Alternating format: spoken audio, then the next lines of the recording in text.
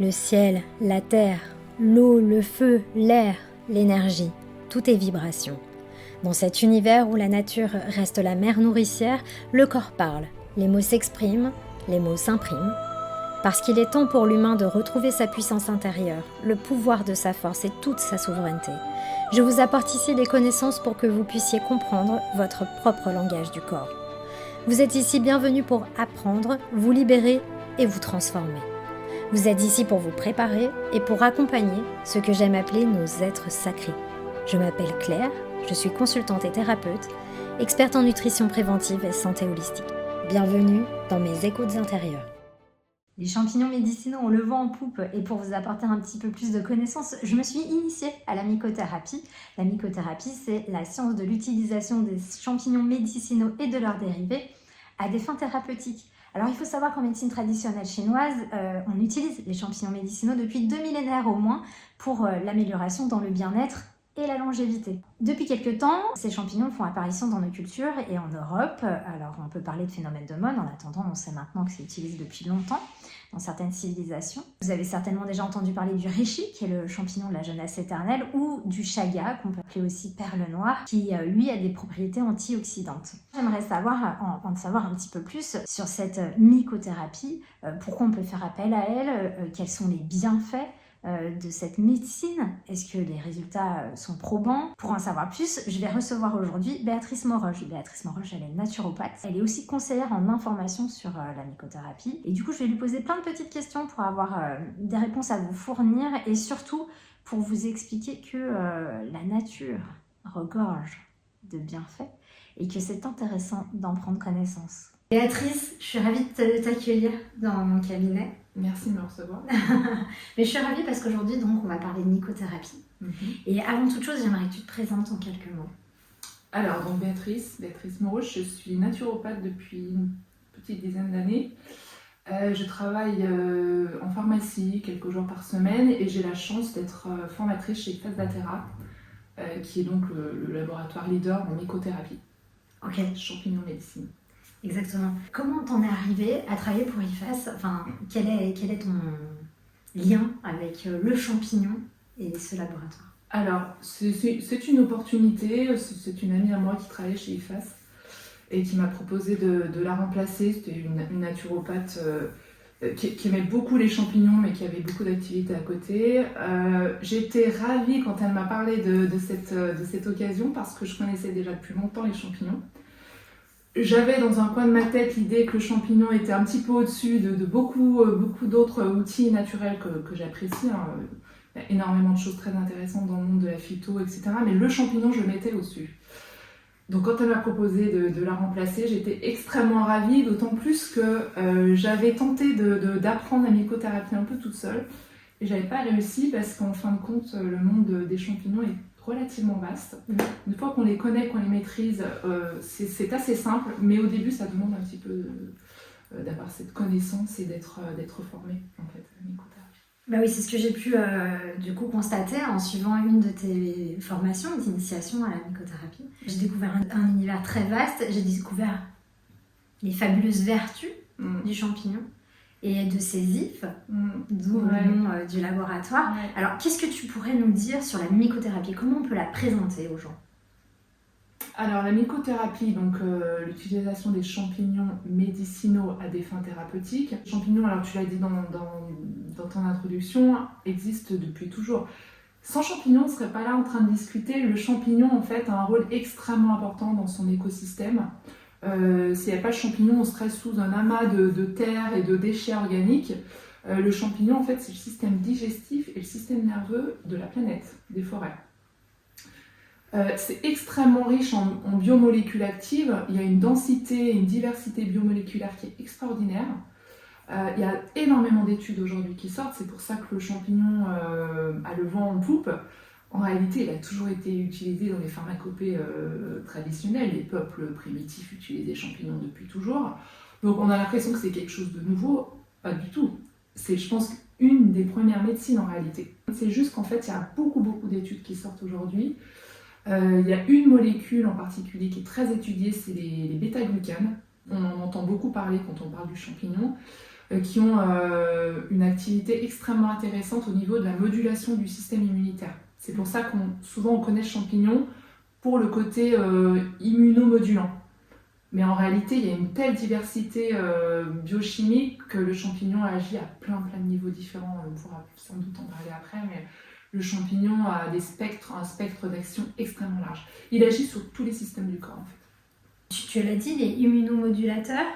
Il a la particularité de moduler la réponse biologique du corps. Ouais. Il est adaptogène. Oui. Il agit sur la sphère probiotique. Ouais. Prébiotique aussi. On est sur quelque chose d'extrêmement vaste. Ouais. Toi, quand tu parles de mycothérapie, donc tu l'as dit, système digestif, système nerveux, est-ce qu'il y a des champignons clés dont on devrait ne pas se passer? Alors, il y en a 3. Il y en a un qu'on appelle le roi des champignons et qu'on utilise beaucoup en Asie, qui s'appelle le reishi, Ganoderma lucidum. C'est le champignon de la jeunesse éternelle en Asie. Il est beaucoup utilisé pour le côté anti-vieillissement. C'est un champignon qui est extrêmement large, il est très anti-inflammatoire. Il est adaptogène, il est régulateur au niveau des hormones, des surrénales, au niveau de la thyroïde, au niveau des hormones féminines, etc. Il est prébiotique, parce que les champignons sont tous prébiotiques, il est immunomodulant, il est aussi antihistaminique, enfin, il est complet. La totale. La totale. Et il est très adaptogène et il agit sur tout le côté aussi émotionnel et mental. Donc il va être très apaisant. J'aime beaucoup, moi, quand je suis arrivée chez IFAS et qu'on m'a fait la description du reishi, je me suis dit ok, c'est bien, c'est mon champignon. Et c'est effectivement le plus conseillé en fait. C'est une base, on va dire que on peut partir du reishi pour quasiment toutes les personnes. Parce que de toute façon, il y aura une réponse avec le reishi.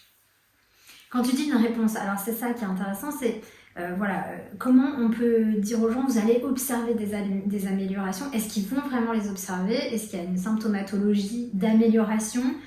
Comment on peut se dire, c'est sûr, le champignon, ça a des effets bénéfiques sur le corps humain? Alors, déjà, c'est sûr, il y a des études.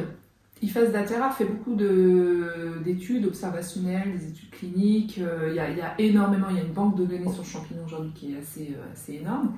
Donc on le sait parce qu'il y a des réactions biochimiques qui se font et ça c'est aujourd'hui relativement bien documenté. Après, le retour terrain, il est juste assez bluffant. C'est-à-dire qu'il y a des gens parfois au bout d'une semaine qui disent mais il se passe quelque chose dans mon corps. Alors, on n'a pas tous la faculté de s'écouter correctement, donc il y a des gens qui s'écoutent plus ou moins, qui se rendent moins compte. Parfois, au bout d'un mois, ils se disent tiens, c'est bizarre, j'avais des grosses douleurs ou je dormais pas depuis 6 mois, et puis là, finalement, je me sens beaucoup mieux depuis un mois. Ah bah tiens, ça fait un mois que je prends les champignons. Et puis d'autres, au bout de 4-5 jours, qui vont sentir tout de suite qu'il se passe quelque chose. Et ça peut, en fonction des champignons, hein, parce que le reishi agit à plein d'endroits, il est extrêmement anti-inflammatoire, anti-douleur. Mais il est aussi très apaisant au niveau émotionnel, donc ça on se sent mieux, enfin, on le sent assez rapidement. Ouais. Après, on va peut-être rentrer dans d'autres champignons, en description aussi de l'Ericium, qui est la crinière de lion, que j'aime beaucoup aussi. Alors ça, c'est un champignon qui va être très conseillé dans toutes les problématiques digestives. C'est le champignon des muqueuses. C'est le champignon en fait qui régénère toutes les muqueuses du système digestif et qui régénère tout le tissu nerveux. C'est le champignon des 2 cerveaux. Donc c'est le champignon qu'on va utiliser, l'Ericium, pour toutes les problématiques liées aux maladies neurodégénératives, c'est-à-dire les maladies qui vont être liées à une lésion du tissu nerveux. Et c'est un champignon qui va être conseillé aussi dans toutes les problématiques digestives, que ça soit liées à l'estomac, les gastrites, les RGO, les maladies inflammatoires de l'intestin. Et là, vraiment, il y a des super résultats. Les personnes qui ont des AVC aussi, qui utilisent l'Ericium, j'ai eu des retours clients de personnes qui l'utilisaient depuis des années en disant vraiment qu'il y avait un effet sur le ralentissement du déclin cognitif, par exemple, pour des personnes qui ont Alzheimer. Okay. Faut rester humble, c'est-à-dire que le champignon ne va pas guérir une maladie neurodégénérative qui est installée depuis très longtemps, mais ça améliore et ça réduit le déclin, en fait, et la dégénérescence. Et le vieillissement cellulaire. Et le vieillissement cellulaire et tissulaire. Ouais. Donc on a eu le reishi, le crinière de lion, et le troisième. Alors le troisième chouchou, c'est le cordyceps, qui est assez connu, surtout dans le milieu sportif.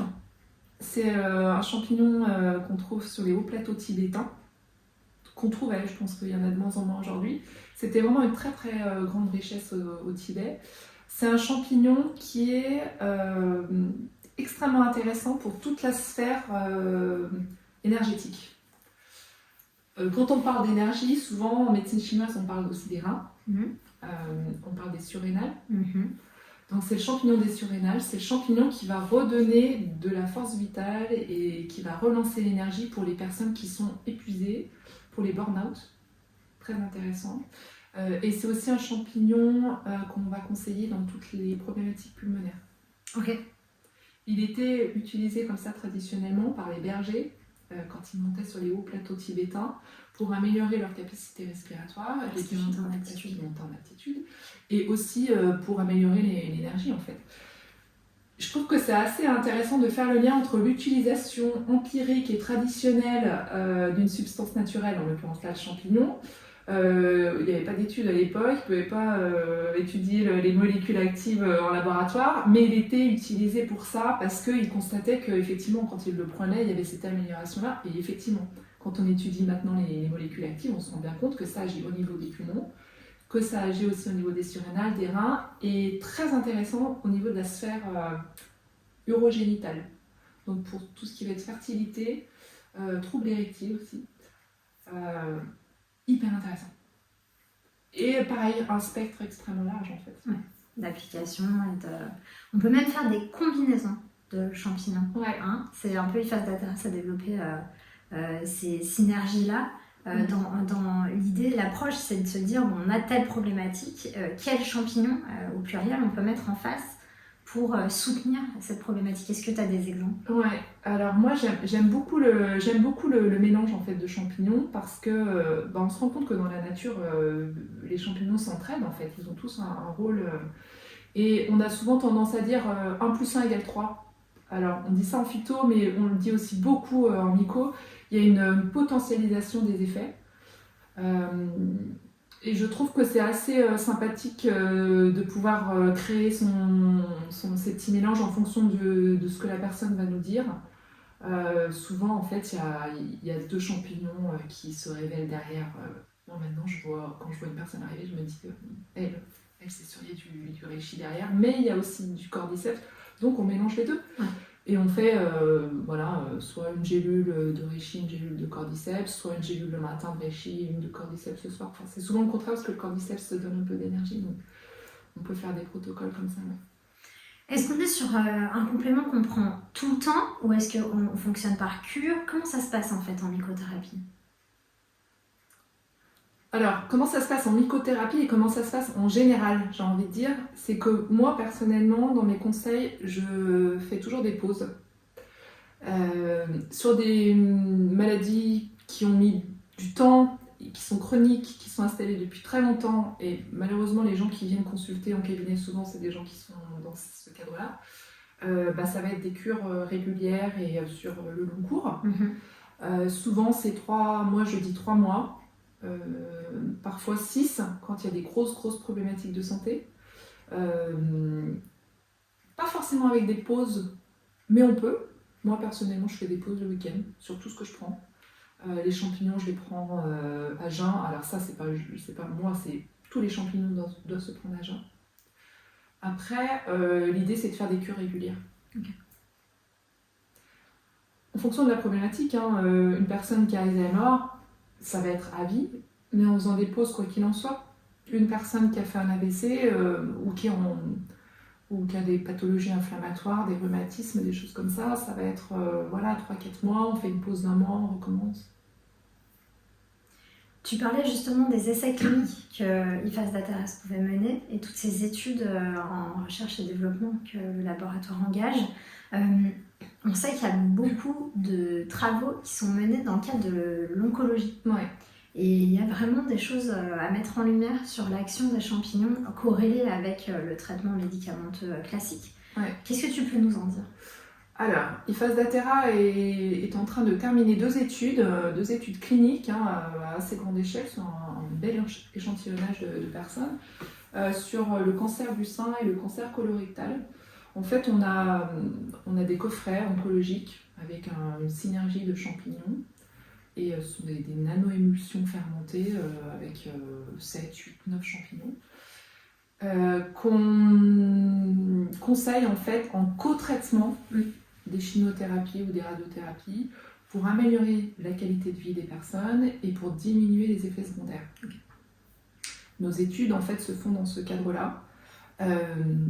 Les résultats à ce jour sont extrêmement intéressants. On sait depuis très longtemps l'intérêt des champignons en oncologie.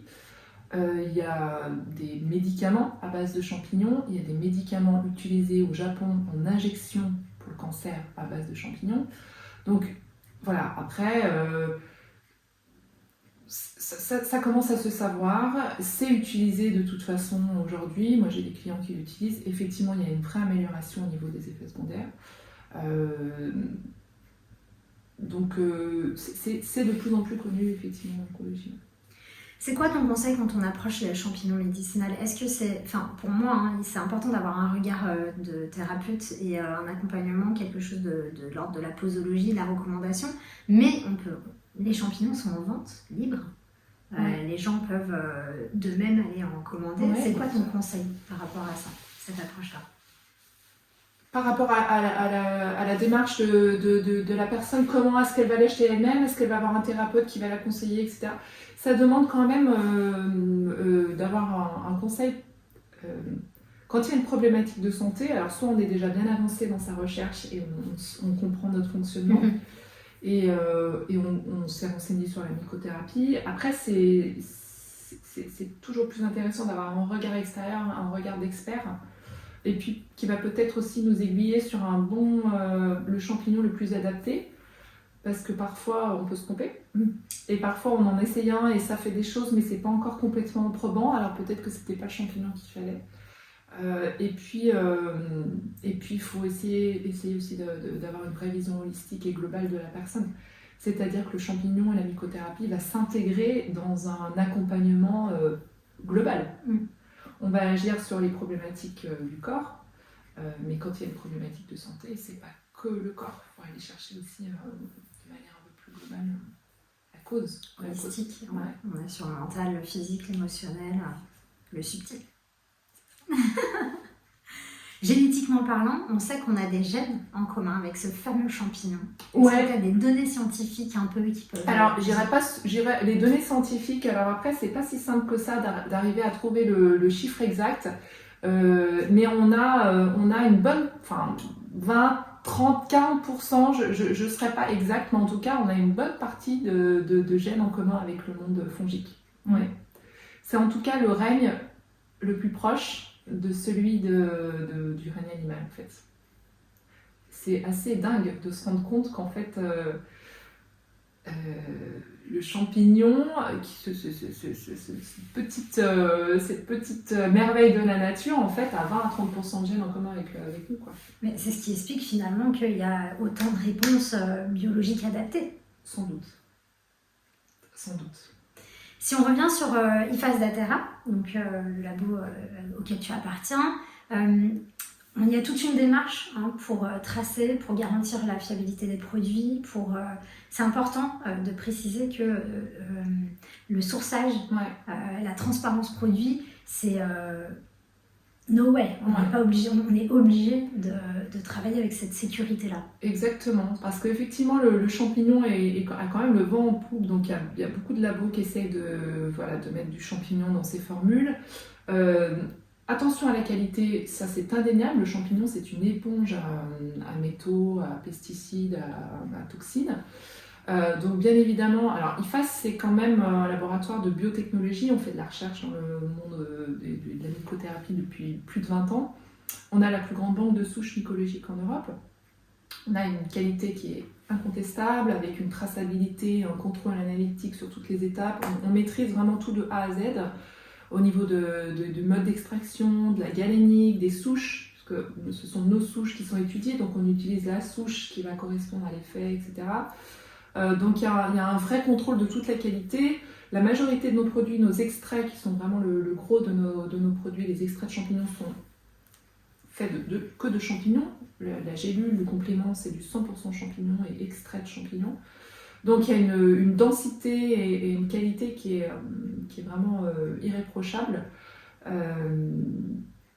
Les produits sont bio, les produits sont véganes, cœliaques, séchage à moins de 40 degrés, enfin voilà, toutes les conditions sont présentes chez IFAS.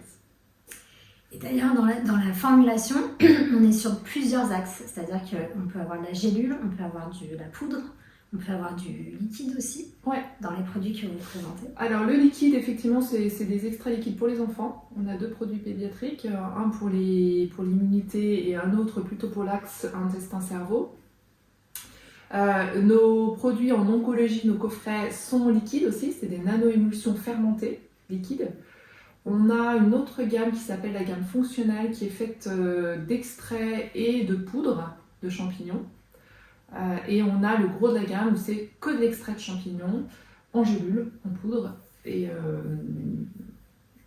voilà, est-ce que j'en ai oublié? On a aussi de la vitamine D et une gamme vétérinaire. Ah oui, parlons-en un petit peu. Du coup, on a toute une gamme à destination donc, des animaux. Ouais.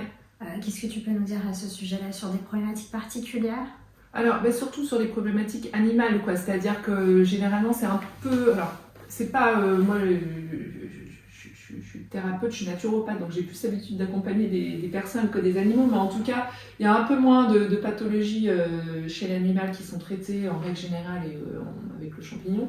Après, on avait des vétérinaires qui travaillaient avec nos extraits qui étaient...